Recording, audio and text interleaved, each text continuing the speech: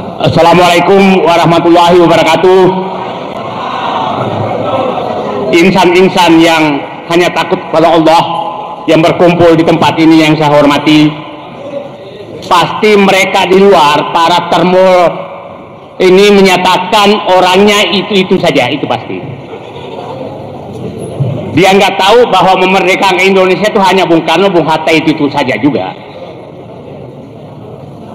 Mulai kemarin termul sedang diterjunkan. Coba lihat, termul sedang dibawa ke Solo dan tiap hari ada acara di sana. Dan sekarang didatangkan dari luar Pulau Jawa, Kalimantan sudah jalan. Saya nggak tahu Sulawesi, jadi ini lagi bergerak. Jadi Presiden Prabowo harus hati-hati. Ada apa termul ini? Lihat. Sekarang juru maki mereka di TV-TV bukan juru ngatin lagi, juru tabok. Semua orang mau ditabok sama mereka.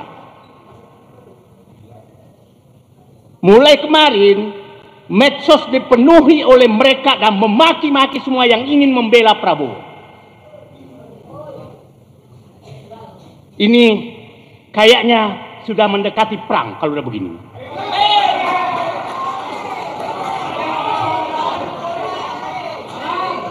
Saya tanya, apakah kita siap perang melawan mereka?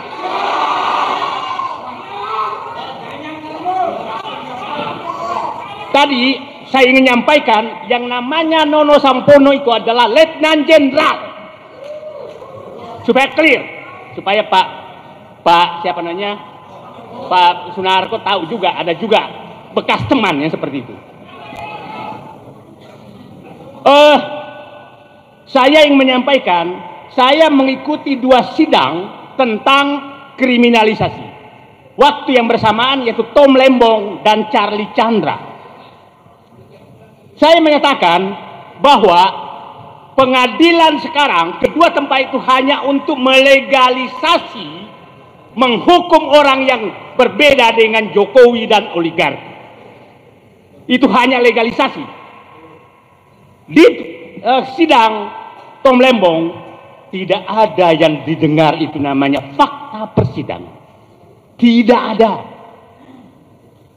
Sepertinya tuntutan jaksa sudah disiapkan di ruang yang disepakati oleh mereka sebelum sidang dilakukan.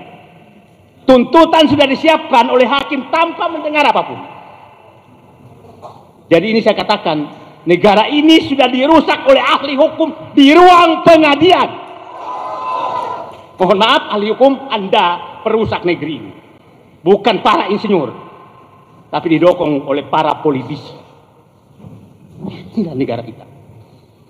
Jadi saya sudah membayangkan Charlie Chandra nanti tuntutannya, saya yakin siapa tahu sudah dibikin di PIK 2 malam ini oleh mereka. Vonisnya, tuntutannya sangat tidak masuk akal. Jadi saya minta semua rakyat, wajah-wajah jaksa itu tandai mereka, wajah-wajah hakim tandai mereka. Mereka perusak negeri ini. Saya sudah tidak habis kesabaran melihat mereka. Saya berharap kalau masyarakat Pati kompak bangkit melawan hanya karena menaikkan PBB, maka apakah kita diam? Tanah kita mau dirampas oligarki, kita tidak kompak. Saya berharap seluruh Indonesia bangkit. Tanah kita mau dirampas mereka. Bukan hanya Aguan, temannya Aguan banyak dan juga banyak bintang-bintang di balik Aguan. Oke? Coba kita lihat mereka. Lihatlah, dari 56 juta hektar lahan yang sudah disertifikat, hanya 50 orang keluarga yang memiliki. Artinya satu keluarga memegang 1 juta hektar. Kita diam? Kita diam? Bapak saya perintis kemerdekaan. Insya Allah saya akan hadapi mereka apapun yang kita hadapi demi rakyat. Saya cerita pengalaman saya, bayangkan Muhammad Said Didu yang teriak tiap hari itu menghadapi mafia tanah di Makassar selama 32 tahun saya hadapi mereka. Dengan 5 keputusan Mahkamah Agung memenangkan saya, tapi tetap diganggu oleh mafia tanah. 32 tahun, 5 keputusan Mahkamah Agung, tanah milik Said Didu masih diganggu terus. Terus kita harus diam? Coba bayangkan rakyat kecil, apa yang akan dihadapi. Ini fakta. Jadi Bapak Presiden Prabowo, musuh Bapak adalah mafia tanah dan mafia hukum. Kalau Bapak tidak bisa menyelesaikan ini, jangan salahkan kalau rakyat Indonesia mengambil semangat masyarakat pati untuk bergerak.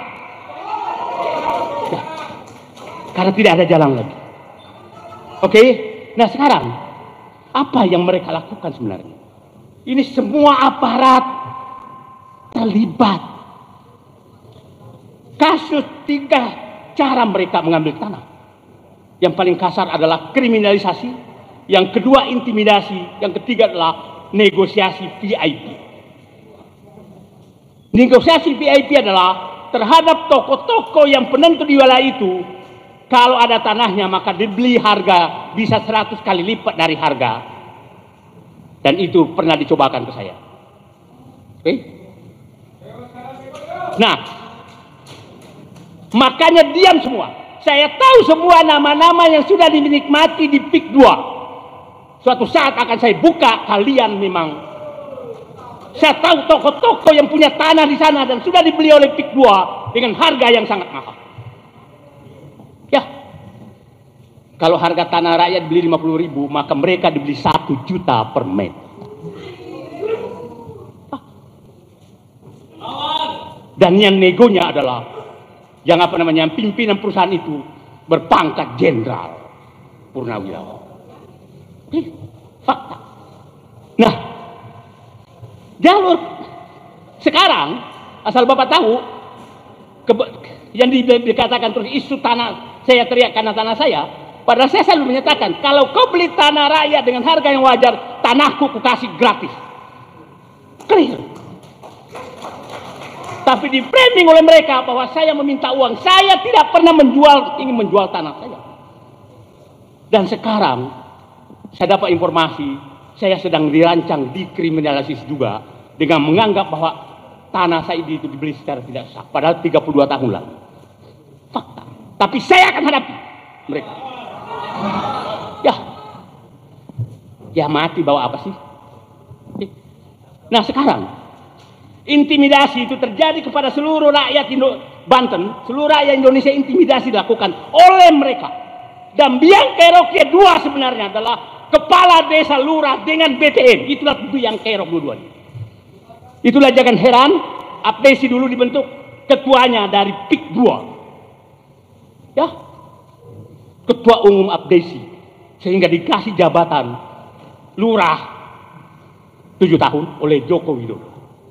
Habis itu Joko Widodo memberikan PSN kepada PIK 2. Terus siapa yang di belakang pembina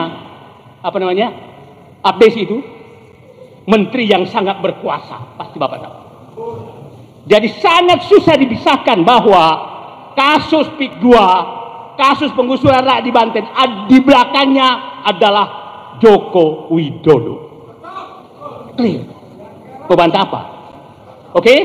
Sekarang, tadi kasus intimidasi Pak Fuad, ini tokoh Banten, sedang diintimidasi, tapi alhamdulillah kemarin sudah keluar bahwa polisi yang mengintimidasi itu memang pelanggar etika, udah keluar dari propam polisi.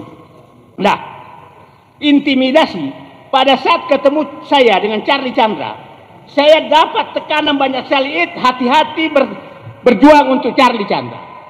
Itu mafia tanah.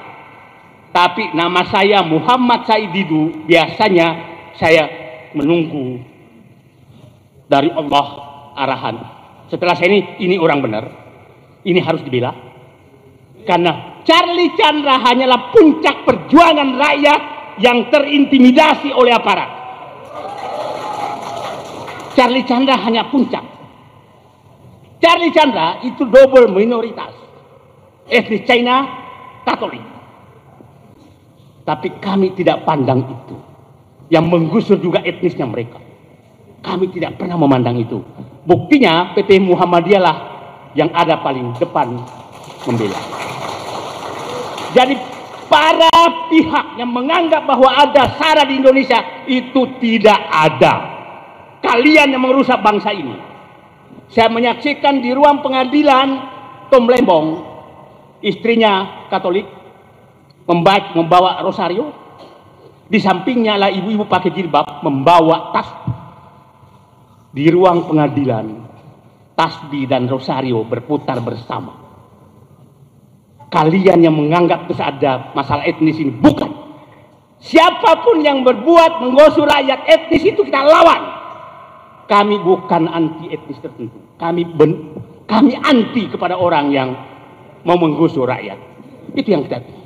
Nah, saya baru pulang dari Pekanbaru, saya dari pulang Medan.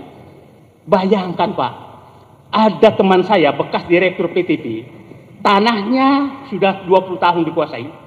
Tahu-tahu muncul sertifikat. Muncul sertifikat atas nama orang Batam. Nah, begini masalahnya. Lurah kan begini, Anda punya tanah, tahu-tahu dinyatakan nanti ada yang mengakui, dan lurah dengan BPM menyatakan ini sah, yang mengaku ini, maka tanah Bapak langsung hilang. Itulah terjadi. Itulah kenapa pada saat Menteri ATR BPN menyatakan saya akan membela pagar laut, saya tidak pernah percaya dia, karena saya tahu dia. Ya, nah faktanya. Setelah dia mengancam mungkin terjadi negosiasi, maka langsung menyatakan sertifikat PIK 2 laut itu adalah sah. Itulah pedagang kekuasaan. Semua ini kita harus lawan karena mereka adalah pedagang kekuasaan. Saya 30 tahun dalam birokrasi, itulah cara mereka berdagang. Nah, sekarang oke, kita menghadapkan dua pilihan. Kalau Charlie Chandra dihukum, maka mereka akan pesta pora seluruh Indonesia, maka seluruh tanah rakyat akan habis. Karena pasti seluruh aparat merasa ini ada uang. Pasti terjadi gerakan masif seluruh Indonesia merampas tanah rakyat karena merasa menang mengalahkan Charlie Chandra. Ini bukan masalah Banten, ini masalah Indonesia. Jadi saya hanya mengetuk hati hakim yang kebetulan sekarang hakimnya adalah Ketua Pengadilan Negeri Tangerang. Saya nggak tahu naiknya karena meluruskan ini atau ada sesuatu. Bangsa ini butuh keputusan Anda. Menyelamatkan bangsa atau menghukum Charlie Chandra dan memenangkan oligarki, itu pilihan. Itu pilihan. Dan saya lihat hakimnya nggak terlalu muda juga, belum tentu hidup panjang lagi lah. Saya melihat wajah apanya, ya sudah berumur juga lah. Nah, saatnya jangan sampai Presiden Prabowo turun lagi menegur hakim seperti kasus Tom Lembong. Ya. Tapi kalau umpamanya dia memenangkan dan memenangkan oligarki, ini bukan perkara pidana. Ini perkara adalah memenangkan oligarki dan mensahkan oligarki menggusur rakyat. Tolong itu baca. Bukan sekedar pemalsuan apa formulir 13 itu. Bukan. Ini adalah perkara apakah Indonesia, apakah hakim masih memihak melindungi rakyat ataukah memang menjadi alat oligarki. Itu sebenarnya pilihannya bagi mereka. Saya berharap dengan Presiden Prabowo sudah menegur lewat abolisi kepada perkara Tom Lembong, hakim Pengadilan Negeri Tangerang menjadikan pelajaran bahwa saatnya mereka mengambil keputusan yang tidak menggunakan ruang sidang untuk memenuhi keinginan Aguan dan kawan-kawan. Terima kasih. Assalamualaikum warahmatullahi wabarakatuh. Assalamualaikum warahmatullahi wabarakatuh. Saya mau baca puisi aja lah ya, biar nggak lama. Soalnya sudah disampaikan semua oleh Daeng atau Puang Saididu tadi. Nah ini puisi karya Sutarji Kalzombahri yang mengingatkan kita bahwa kita harus satu. Cuma ada bagian yang saya tidak bacakan karena saru. Kan biasa Sutarji begitu dia. Jadi judulnya satu ya, jadi bisa di selami. Satu, karya Sutarji Kalzombahri. Ku terjemahkan tubuhku ke dalam tubuhmu, ke dalam rambutmu ku terjemahkan rambutku. Jika tanganmu tak bisa bilang tanganku, ku terjemahkan tanganku ke dalam tanganmu. Jika lidahmu tak bisa mengucap lidahku, ku terjemahkan lidahku ke dalam lidahmu. Aku terjemahkan jemariku ke dalam jemarimu. Jika jari jemarimu tak bisa memetikku, ke dalam darahmu ku terjemahkan darahku.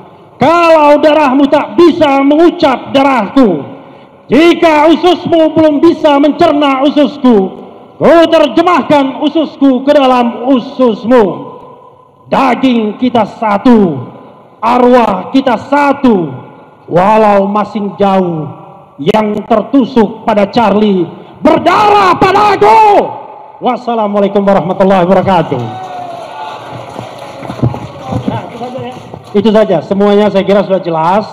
Charlie korban mafia, tidak bersalah. Hakim harus membebaskannya atau dia layak untuk diberikan abolisi. Wassalamualaikum warahmatullahi wabarakatuh. Assalamualaikum warahmatullahi wabarakatuh. Salam sejahtera bagi kita semua.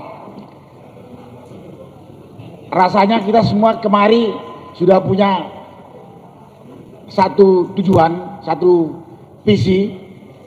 Kita berkumpul di tempat ini dalam rangka menunjukkan kepada saudara-saudara kita di tempat lain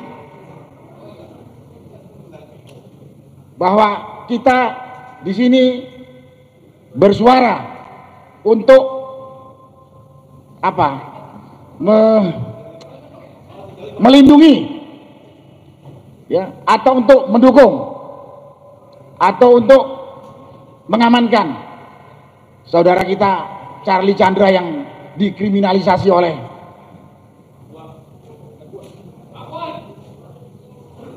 siapa? Oleh oligarki. Karena itu tadi sudah cukup jelas disampaikan oleh Wang Said Didu permasalahannya. Charlie Chandra ini salah satu saja di antara orang-orang atau di antara saudara-saudara kita yang dikriminalisasi, yang apa istilahnya ya, mungkin terlalu halus istilah dikriminalisasi itu, dipitnah, dirampok dan lain sebagainya. Terus saya ingat tadi ceritanya yang punya tanahnya dirampas, kemudian dimasukkan penjara. Saya ingat kasus 7 Desember 2000 berapa itu? Kasus kilometer 50. 6 pengawalnya Habib Rizik dibunuh. Tapi keterangan pertama dia dituduh sebagai tersangka. Dia sudah jadi jenazah atau jadi mayat, dinyatakan sebagai tersangka oleh polisi. Jadi pengadilan dagelan di negeri kita ini udah berkali-kali. Dari kasus kilometer 50, kasus Sambo, kasus mana lagi? Kasus Habib Rizik, Gus Nur, Bambang Tri, Kanjuruhan, Lembong, dan terakhir. Dan mudah-mudahan dengan kita berkumpul dan bersuara begitu keras, hakim nuraninya kembali hidup. Hakim ini terlalu sombong memberi predikat dirinya wakil Tuhan di dunia, betul? Istilahnya itu mereka itu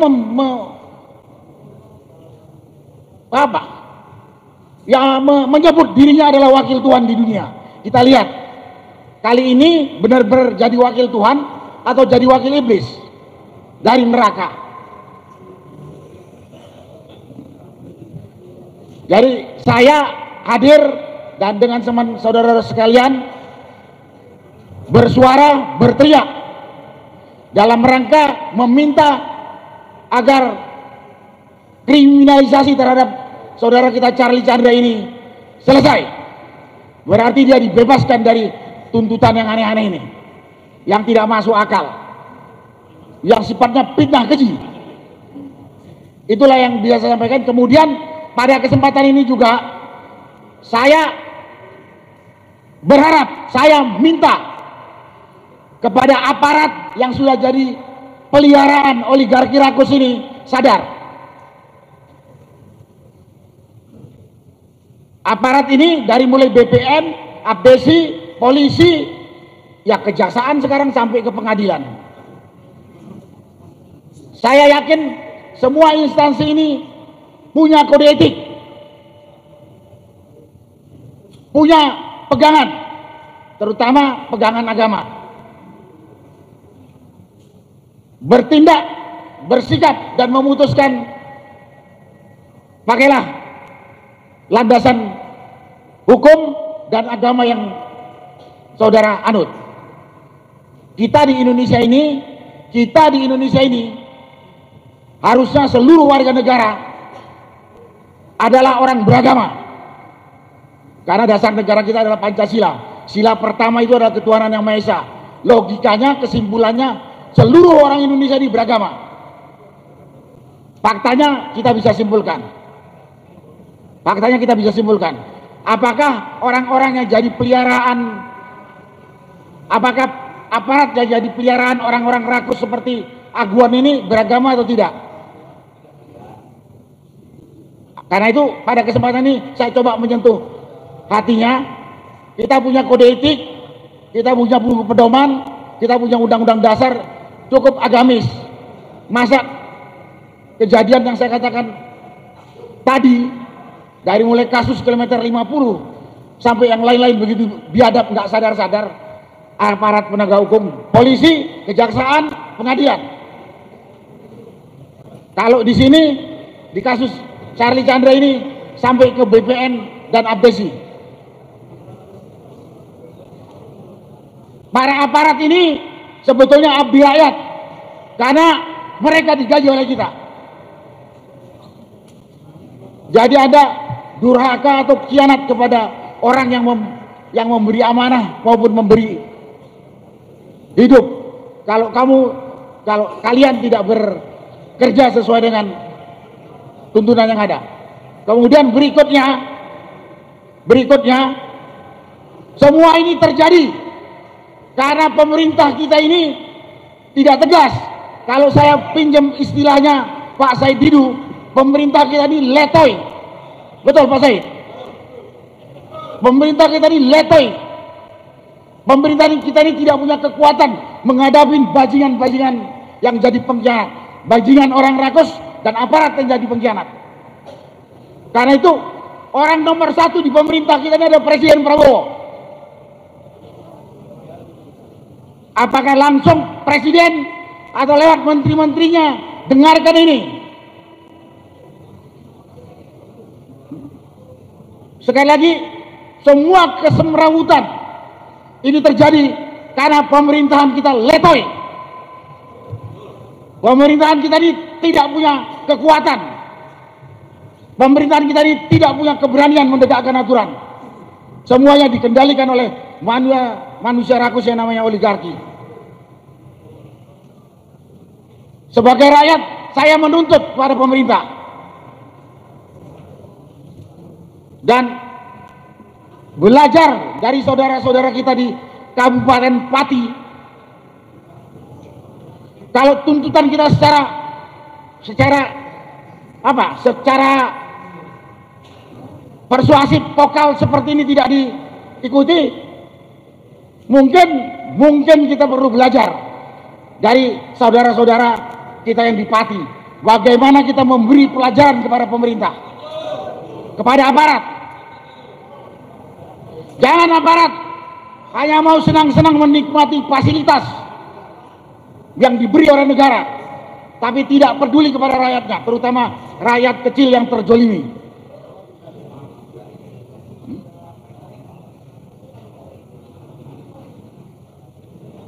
Sekali lagi, kalau teriakan kita, pernyataan kita tidak didengar, padahal itu tanggung jawab pemerintah yang kita angkat dan kita pilih untuk menegakkan kebenaran, kejujuran, dan keadilan. Boleh kan kita ambil lagi? Kita tiru, kita belajar dari saudara kita yang ada di Kabupaten Pati. Apa boleh buat? Apa boleh buat? Itulah yang saya sampaikan pada kesempatan ini.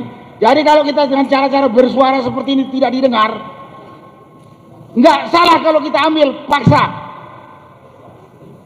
Tidak salah kalau kita ambil paksa. Karena kita pilih pengelola negara ini, pemerintah, baik yang di eksekutif maupun di legislatif, untuk mengurus negara dengan benar dan adil. Sekarang apa ada keadilan? Ya apa boleh buat? Kita ambil lagi, kita susun, kita cari lagi orang yang lebih amanah. Itulah yang bisa saya sampaikan pada kesempatan ini. Terima kasih. Wassalamualaikum warahmatullahi wabarakatuh. Assalamualaikum warahmatullahi wabarakatuh. Alhamdulillahirrabbilalamin. Allahumma sholli ala Sayyidina Muhammad. Saya mau menyampaikan beberapa hal yang saya bagi ke 3 fokus utama, yaitu pertama kondisi terkait PIK dan kasus Mas Charlie, kemudian yang kedua sikap pemerintahan Prabowo, yang ketiga apa yang harus kita lakukan setelah mereview fokus pertama dan kedua. Nah, yang pertama, secara faktual kita melihat bahwa telah terjadi kejahatan sistemik oleh pemerintah, pejabat-pejabat negara dengan pengusaha. Kalau bicara PIK, maka yang melakukan dari sisi pengusaha itu adalah Aguan dan Antoni Salim. Dari sisi pemerintah, pentolannya adalah Joko Widodo. Ya, di tempat lain bisa saja berbeda. Seperti misalnya akhir bulan lalu saya dengan Pak Narko acara Purnawirawan di Medan, itu tanah tidak jauh dari Medan dicaplok oleh konglomerat, sampai-sampai rakyat di sekitar Tanjung Merawa itu harus jaga malam supaya tanahnya tidak dikuasai oleh konglomerat itu yang di-backup oleh aparat negara, termasuk terutama itu biasanya polisi. Dan itulah yang terjadi di PIK 2 di Rempang dan di tempat-tempat lain.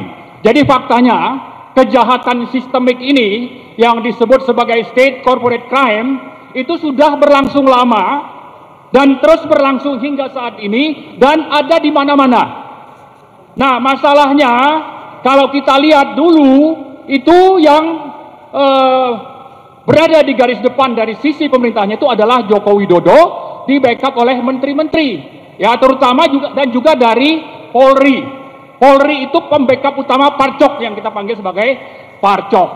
Nah, apa kejahatannya? Misalnya di PIK itu ada tanah negara, hutan lindung sekian ribu hektar, dicaplok, tidak jelas bagaimana ganti ruginya. Tapi itu terjadi misalnya dengan barter, Aguan membangun sarana di IKN, misalnya seperti itu, ya. Atau rakyat tanahnya itu dipaksa jual, diintimidasi, kriminalisasi dan sebagainya. Termasuk teman kita, saya kira Pak Charlie itu hanya salah satu dari sekian puluh orang yang tanahnya dicaplok yang ukurannya itu memang di atas 5 hektar misalnya, termasuk Pak Said yang tetap bertahan. Tapi itu terjadi untuk yang level menengah. Tapi kalau yang di bawah itu tinggal panggil, paksa jual, usir, lalu tanahnya dikuasai oleh pengembang PIK 2 Aguan dan Antoni Salim. Lalu apalagi kejahatannya, misalnya empang di Urup, jalan-jalan negara, jalan-jalan daerah itu dikuasai oleh konglomerat. Kemudian sawah misalnya itu yang produktif yang mestinya dilindungi itu digarap, diambil oleh pengembang yang terlibat dalam state corporate crime tadi. Jadi dari sisi level kejahatan sebetulnya ini sudah sampai kejahatan puncak. Itu yang pertama. Nah, yang kedua, bagaimana sikap pemerintah terutama setelah terjadi pergantian pemerintahan oleh Pak Prabowo. Kita catat ada kampanye besar oleh TNI Angkatan Laut di akhir bulan Januari. Untuk apa? Untuk cabut pagar laut. Ya, show of force. Negara hadir. Untuk apa? Salah satunya mencabut pagar laut yang panjangnya 30,16 km. Ternyata yang dicabut hanya sekian kilometer. Yang ditangkap hanya satu kepala desa, Kohot, yang sekarang tidak jelas rimbanya sudah sampai di mana nih kasus. Ya. Kemudian begitu banyak protes kepada Aguan. Ternyata Prabowo misalnya memanggil Aguan ke istana bulan Maret. Jadi tidak lama setelah itu, setelah show of force, tidak jelas apa hasilnya, tapi di sisi lain orang yang digugat rakyat secara terbuka berkelanjutan di Banten dan di Jakarta ini, termasuk teman-teman di Bandung, itu ternyata diterima oleh Prabowo di istana. Bulan April, Aguan bikin komitmen akan membantu pemerintah Prabowo membangun 3 juta rumah misalnya, ya. Jadi mungkin saja inilah barternya. Tapi yang saya ingin katakan adalah bahwa Prabowo ini sebetulnya kalau kita rujuk ke pidato 20 Oktober waktu pelantikan, ini hanya omon-omon. Pemimpin hipokrit yang katanya pro rakyat, tapi rakyat yang sudah dizolimi di Banten, di PIK 2 terutama, termasuk teman-teman kita di Rempang, lalu yang sedang terjadi di Tanjung Merawa, Sumatera Utara sana, itu tidak dipedulikan. Bagaimana bisa terjadi? Karena memang di balik Aguan itu ada Polri misalnya sebagai operator lapangan. Lalu nanti kalau ada pengadilan seperti ini, hakimnya yang Prabowo sudah naikkan gajinya 200 sekian persen, itu masih ada di bawah kendali dari mafia hukum yang dikendalikan oleh yang namanya Aguan, konglomerat pelaku state corporate crime tadi. Nah, itulah fakta bahwa yang ada dari pemerintahan Prabowo sampai saat ini itu lebih kepada pemerintahan yang syarat dengan hipokrisi. Hipokrit, ngomongnya apa? Ya, sangat menjanjikan, tapi fakta di lapangan yang dilakukan adalah langkah-langkah yang tetap melanjutkan program Aguan dan Salim dalam rangka bagaimana mencapok tanah-tanah rakyat, tanah negara tanpa peduli pelanggaran konstitusi, hak asasi manusia dan sebagainya. Nah, karena itu yang ketiga, saya kira kejadian di Pati kemarin bisa menjadi rujukan bagi kita semua, termasuk kita perlu menggalang kekuatan teman-teman di Banten untuk melakukan perlawanan. Mari kita jadikan inspirasi yang datang dari Pati, dari daerah sana, urusannya itu hanya masalah PBB dan bisa sebetulnya dinegosiasikan untuk diturunkan, itu saja sudah bisa mendatangkan amarah rakyat. Apalagi kezoliman yang dilakukan di PIK 2, merampok tanah negara, menzolimi rakyat, ini sudah lebih dari cukup untuk menjustifikasi bahwa kita harus melawan. Kita harus menggalang perlawanan rakyat di Banten untuk membebaskan wilayah rakyat, daerah dan kedaulatan rakyat di PIK 2, terutama yang menjadi objek dari proyek oligarki Aguan dan Salim yang di-backup oleh Jokowi dan kelihatannya masih akan dibiarkan oleh Prabowo. Jadi sebagai langkah awal, mari kita susun rencana. Saya mendapat informasi misalnya Pati sudah memulai, tidak lama lagi itu Cirebon akan bangkit. Ya, saya harap yang ketiga atau yang keempat itu adalah bangkit di PIK 2. Saya harap teman-teman dari Banten, ada Mas Khalid saya lihat tadi, beliau kita harapkan menjadi salah satu operator untuk bagaimana penggalangan ini bisa terjadi. Mudah-mudahan ini bisa, dan kita saya harapkan bisa memulai dengan merubuhkan patung naga. Kita bisa rancang kapan waktunya, mari mulai membangkitkan perlawanan rakyat Banten untuk tegaknya kedaulatan di Banten dan di NKRI. Saya kira itu saja. Terima kasih. Assalamualaikum warahmatullahi wabarakatuh. Bismillahirrahmanirrahim. Pernyataan sikap advokat, tokoh, dan aktivis nasional. Bebaskan Charlie Chandra. Kembalikan marwah hukum dan keadilan. Sebagaimana diketahui, jaksa penuntut umum telah menuntut Charlie Chandra, anak Sumita Chandra, dengan pidana 5 tahun penjara di Pengadilan Negeri Tangerang. Selanjutnya, hari Rabu 20 Agustus 2025 pukul 13.30 waktu Indonesia Barat, Majelis Hakim akan membacakan putusannya. Berkenaan dengan itu, kami, advokat, tokoh, dan aktivis nasional menyatakan, pertama, berdasarkan fakta-fakta persidangan, terdakwa Charlie Chandra tidak terbukti secara sah dan meyakinkan telah melakukan perbuatan sebagaimana didakwa oleh jaksa. Charlie Chandra tidak memalsukan dokumen sebagaimana dimaksud dalam pasal 263 KUHP. Charlie Chandra hanya sekedar mengajukan permohonan balik nama atas nama warisan ayahnya Sumita Chandra yang menjadi haknya yang sah berdasarkan bukti kepemilikan berupa sertifikat hak milik nomor 5/Glemo.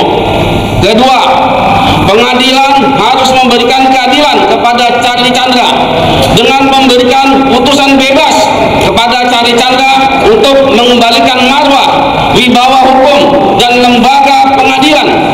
Pengadilan harus independen dan sebagai muara masyarakat untuk mencari keadilan. Tidak boleh kembali berbuat zalim sebagaimana telah dilakukan terhadap Thomas Trikasih Lembong atau Tom Lembong yang kemudian terpaksa dikoreksi oleh Presiden Prabowo Subianto dengan memberikan abolisi kepada Tom Lembong.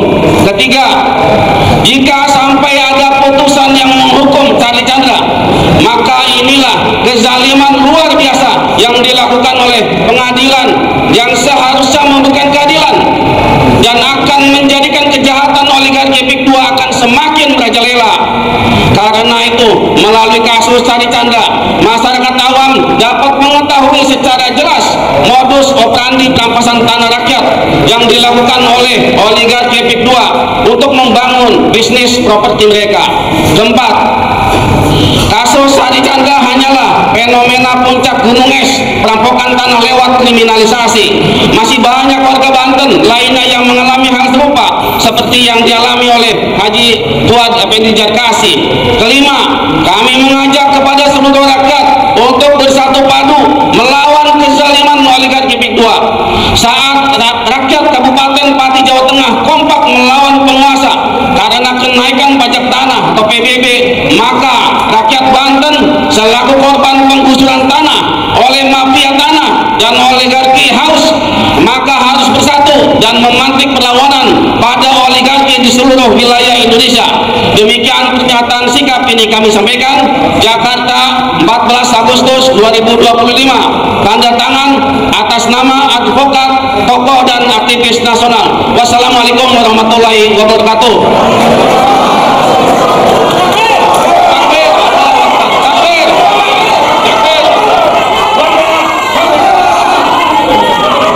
Bebaskan Charlie Chandra. Bebaskan Charlie Chandra. Tangkap Aguan dan Antoni Salim. Tangkap Aguan dan Antoni Salim. Tangkap Ali Hanafi Hidayat.